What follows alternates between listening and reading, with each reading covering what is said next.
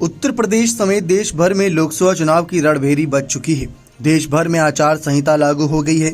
सभी राजनीतिक दल चुनावी मोड में आ गए हैं। उम्मीदवार भी घोषित किए जा रहे हैं।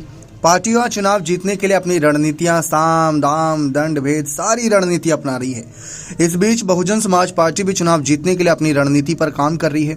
बहुजन समाज पार्टी की स्थापना के बाद जिस फॉर्मूले के साथ कांशीराम पार्टी को लेकर आगे बढ़े थे और भविष्य में इसका फायदा पार्टी को मिला था, उसी फॉर्मूले के साथ लोकसभा चुनाव 2024 में बहुजन समाज पार्टी मैदान में उतरेगी। पार्टी कैडर पर सबसे ज्यादा ध्यान देगी। अच्छे प्रत्याशियों का चयन करने के साथ ही सबसे ज्यादा महत्व दलित और पिछड़ों को दिया जाएगा। सर्वजन हिताय सर्वजन सुखाय के साथ 2007 में सत्ता में आई बसपा इस फॉर्मूले का भी ख्याल रखेगी। अभी तक पार्टी ने जो उम्मीदवार घोषित किए उनमें मुसलमानों के साथ ही ब्राह्मणों को भी काफी अहमियत दी और अब दलित और पिछड़ों का नंबर आ गया। 2007 में बहुजन समाज पार्टी उत्तर प्रदेश में पूर्ण बहुमत के साथ सत्ता में आई थी। इसमें अगर देखा जाए तो बसपा संस्थापक कांशीराम के सर्वजन हिताय सर्वजन सुखाय का फॉर्मूला काम आया था। अब इसी फॉर्मूले के साथ 2024 के लोकसभा चुनाव में भी बहुजन समाज पार्टी उतरने वाली है। पार्टियों के प्रत्याशियों की घोषणा होना भी शुरू हो गई है। अब तक प्रदेश में 9 उम्मीदवार से ज़्यादा घोषित किए जा चुके हैं। हालांकि पार्टी की तरफ से अभी आधिकारिक घोषणा नहीं हुई, लेकिन उन उम्मीदवारों में 5 मुस्लिम, ब्राह्मण, जाट, ओबीसी हर वर्ग से यहाँ पर टिकट दिए जा रहे हैं। लोकसभा चुनाव लड़ रही बसपा इस बार सपा कांग्रेस गठबंधन का सियासी खेल बिगाड़ेगी। पार्टी के विश्वस्त सूत्रों का कहना है कि अब पार्टी का ध्यान दलितों और पिछड़ों को आगे बढ़ाने पर होगा। पार्टी का आधिकारिक सूची जारी होगी तो उसमें कई फॉर्मूले को ध्यान रखा जाएगा। इसमें सर्वजन हिताय सर्वजन सुखाय का फॉर्मूला मुख्य होगा।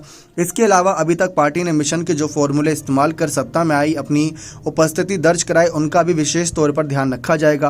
पार्टी एक बार फिर ब्राह्मण सम्मेलन आयोजित करने पर फोकस करेगी।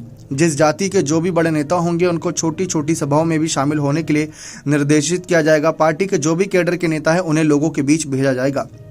वहीं नुक्कड़ सभाएं कर पार्टी के उम्मीदवार के पक्ष में माहौल बनाएंगे। वहीं उत्तर प्रदेश की अगर राजनीति की बात करें तो ब्राह्मण और मुस्लिम का कॉम्बिनेशन अब तक का सबसे बेहतर कॉम्बिनेशन रहा है। इसी पर बहुजन समाज पार्टी एक बार फिर फोकस कर रही है। बहुजन समाज पार्टी मुखिया मायावती मुसलमानों को सबसे ज़्यादा तवज्जो देकर उत्तर प्रदेश में विपक्ष की भूमिका निभा रही हैं। सपा को जनता की नज़र में, खासकर मुस्लिम समुदाय की नज़र में आईना दिखाना चाहती हैं। इसके अलावा विभिन्न दलों में ब्राह्मणों को टिकट देने में कोताही का भी फायदा बीएसपी मुखिया उठाना चाहती हैं। ब्राह्मणों को सीटों में खास अहमियत देने का पार्टी प्लान है। अभी तक जो प्रत्याशी घोषित हुए उसमें मुस्लिम ब्राह्मण का कॉम्बिनेशन साफ तौर पर नजर आया। कैडर को जोड़े रखने के लिए पहले ही मायावती अपने सभी छोटे पदाधिकारियों को निर्देशित कर चुकी थी कि वे छोटी छोटी सभाएं कर अपने कैडर के बीच जाएं और उन्हें पार्टी के प्लान के बारे में समझाएं। पार्टी पदाधिकारियों ने ऐसा किया भी और बीएसपी को उम्मीद है कि ये कैडर का फॉर्मूला सफल जरूर होगा। राजनीतिक विश्लेषक प्रभात रंजन दीन का कहना है कि बहुजन समाज पार्टी हमेशा हर चुनाव में कोई ना कोई प्रयोग जरूर करती रहती है। हालांकि पार्टी की स्थिति तो बिल्कुल सही नहीं कही जा सकती, लेकिन जो कोर वोटर हैं वह अभी बसपा के साथ ही हैं। हालांकि भाजपा बहुत हद तक सेंध लगाने में सफल जरूर हुई। ये विधानसभा चुनाव के नतीजे चीख चीख कर कहते हैं, लेकिन फिर भी कोई और पार्टी बीएसपी के कोर वोटरों को अपनी तरफ नहीं आकर्षित कर पा रही है। इसका फायदा बीएसपी को मिलता है। ब्राह्मण भाईचारा सम्मेलन का आयोजन कराकर पहले ब्राह्मणों को पार्टी अपने खेमे में शामिल कर चुकी है और इस बार भी कई फॉर्मूले का इस्तेमाल कर पार्टी अपने लिए बेहतर करने का प्रयास कर रही है। मुसलमानों पर बसपा का पूरा फोकस रहेगा क्योंकि मुस्लिम प्रत्याशी सपा का खेल बिगाड़ने के लिए आगे रह सकते हैं। तो पार्टी की यह रणनीति है जिसके सहारे मायावती कांशीराम जी की विचारधारा की जो बात थी, जो एक सर्वजन हिताय सर्वजन सुखाय की चर्चा काफ़ी लंबे समय से थी, उस फॉर्मूले के सहारे यहाँ पर सभी विपक्षी दलों के कहीं ना कहीं मंसूबे पर पानी फेरने के लिए आगे नजर आ रही है। फिलहाल अगर हम देखें तो बहुजन समाज पार्टी की सुप्रीमो मायावती अभी खुलकर लिस्ट पर चर्चा नहीं कर रही हैं। एक एक करके प्रत्याशियों के नाम सामने आ रहे हैं जो कि अपने आप में ही चौंकाने वाले हैं, लेकिन जो एक एक करके नाम सामने आ रहे हैं उसमें साफ नज़र आ रहा है कि प्रभारी और कुछ बाहरी चेहरों को भी मौका दिया जा रहा है। जैसे आगरा सीट की बात कर ले, पूजा अमरोही को वहां से टिकट दिया गया, जो कि एक अलग ही मामला था क्योंकि वहां पर अगर हम देखें तो वह उस क्षेत्र की नहीं है, उसका विरोध भी हुआ। इसके बावजूद यह फैसला बसपा द्वारा लिया जा रहा है। अभी हाल ही में आकाश आनंद ने एक बात साफ करी थी कि बसपा की चाहे चुनाव लड़ने की रणनीति हो, गठबंधन का फैसला हो या पार्टी के उम्मीदवारों का, सारे फैसले खुद मायावती ही मीडिया के सामने आकर करती हैं और वह ऐलान पर मोहर लगती है। लेकिन अभी तक मायावती ने जो भी नाम सामने आ रहे हैं उन पर अभी तक अपनी राय नहीं रखी, क्या उनकी उस पर रजामंदी है या नहीं, ये सबसे बड़ा मामला है। दूसरी तरफ पार्टी के एक एक करके नेता भी साथ छोड़ते जा रहे हैं, जिसमें अभी हमने संगीता आज़ाद का नाम हाल ही में देखा। अभी तक हम देखें तो जो मीडिया रिपोर्ट्स में खबरें सामने आई उसमें 14 करीब उम्मीदवारों के नाम हैं उसके अलावा भी कुछ और सीटों पर नाम जुड़े हैं, लेकिन 14 सीटों की बात करिए, जानकारी हमने पहले भी दी थी, जिसमें 14 उम्मीदवारों में जैसा कि हमने कहा सर्वजन हिताय सर्वजन सुखाय जो कांशीराम जी की विचारधारा थी।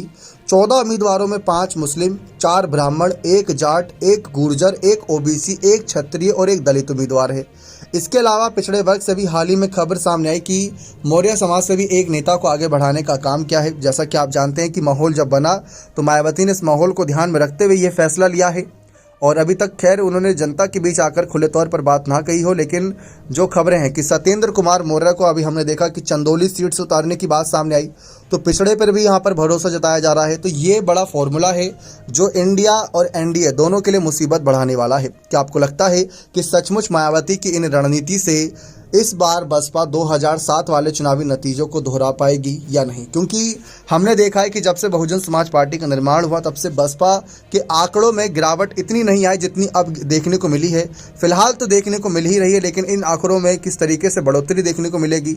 मायावती खामोश है, लेकिन कहते हैं कि शब्दों से ज़्यादा खामोशी ही आपको जवाब दे देती है कि क्या होने वाला है, क्या नहीं होने वाला। साल 2004 के अगर हम यूपी के नतीजे देखें तो वह काफ़ी हद तक बसपा के समर्थन में थे। ऐसा नहीं कि इतना बुरा हाल था पार्टी का, तब पार्टी अच्छा प्रदर्शन कर रही थी। बसपा की अगर हम बात करें उस समय 19 सीट जीती थी बहुजन समाज पार्टी, उससे पहले 14 सीट जीती थी करीब। तो इस बार 5 सीट का फ़ायदा हुआ था 2014 में, और अकेले दम से 19 सीट जीती थी। और तब भाजपा की बात करें तो भाजपा अटल बिहारी वाजपेयी के नेतृत्व में एनडीए को टोटल सीट जो मिली थी वो 10 सीटें मिली थी, 19 सीटों का नुकसान हुआ था। बसपा का अच्छा खासा वोट परसेंटेज 24% था, जब 13% पर आ गया है विधानसभा चुनाव में। 2009 में बहुजन समाज पार्टी ने अकेले अपने दम से कह सकते हैं कि जिस तरीके से माहौल बदला था वह देखने लायक था, क्योंकि उस समय भी काफ़ी चर्चा थी। और अकेले दम से बसपा ने 20 सीटें निकाली थी, उसमें थर्ड फ्रंट की बात थी, थर्ड फ्रंट उन्होंने बनाया हुआ था और 20 सीटें निकाली थी, यानी पिछली बार से 1 सीट का फ़ायदा हुआ था। और सबसे बड़ी बात अगर आप गौर करें तब 2009 में समाजवादी पार्टी का वोट बैंक 23% था, कांग्रेस का वोट बैंक 18% था जिन्होंने 21 सीट जीती थी, और समाजवादी पार्टी ने 23 सीट जीती थी। तब राजनाथ सिंह के नेतृत्व में एनडीए गठबंधन ने तब 10 सीट जीती थी, वोट परसेंटेज 20% था।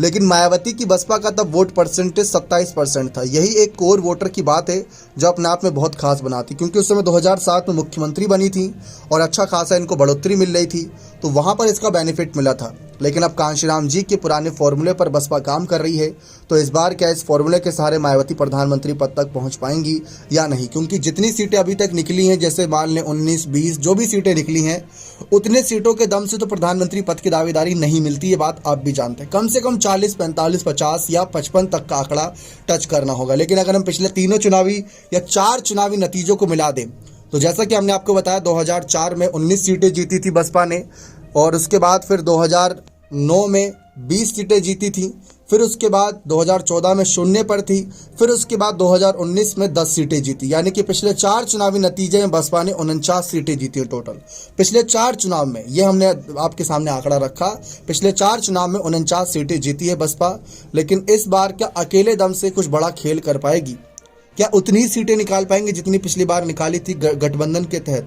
देखना दिलचस्प रहेगा। बने रहे चैनल के साथ। बहुत बहुत धन्यवाद।